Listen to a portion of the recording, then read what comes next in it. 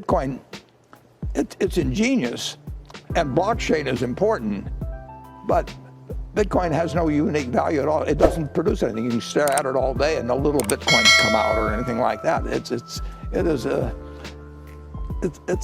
a delusion, basically. Expressive sort of thing. Maybe when he gets a little older, he'll mature. When you buy a farm, you look at the crop every year and what prices are, and you decide whether it was a satisfactory investment. I mean, you look to the asset itself and what it produces for you. When we buy a business, we look at what the business earns and decide how we feel about it in terms of what we paid. But we are buying something that at the end of the period, we not only have what we bought in the first place, but we have something that the asset produced. And when you buy non-productive assets, all you're counting on is whether the next person is going to pay you more because they're even more excited about another next person coming along. But the asset itself is creating nothing. One of the interesting things, for example, is gold.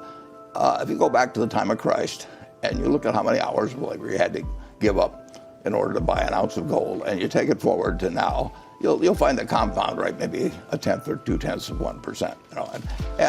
And then you have to insure it during that time and make sure somebody doesn't steal it from you and everything. But it doesn't produce anything.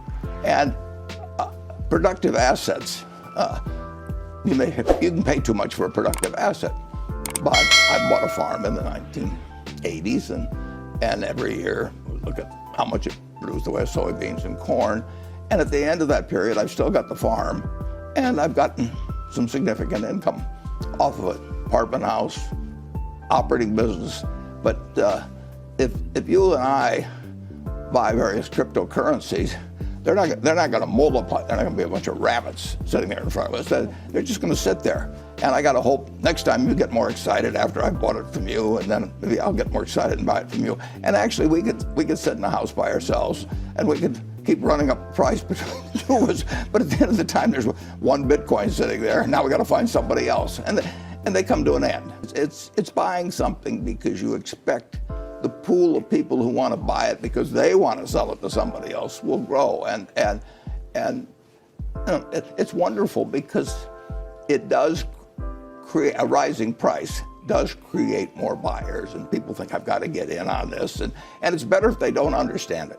That's the other thing about non-productive. If you don't understand it, you get much more excited than if you understand it. I mean, if you buy a bond that says it's going to pay you 4% a year, you're not going to get any pleasant surprises. It's just going to pay you 4% a year. But if you can have anything you want to imagine. If you just look at something and say that's magic, you can do it with shark's teeth or seashells or anything. And they did it with tulips in the 17th century in Amsterdam, and they'll do it again. I mean, people, they like to speculate, they like to gamble. And if you can get something, particularly if you had something half plausible going on. If you had bought gold in 1942 and you say, we might lose the war and we might have to run off to some other country, and so let's put our assets in gold, you would have less than a penny for every dollar you got from owning stocks. Less than a penny. Now, if somebody calls that a store of value, I mean, I think they're delusional.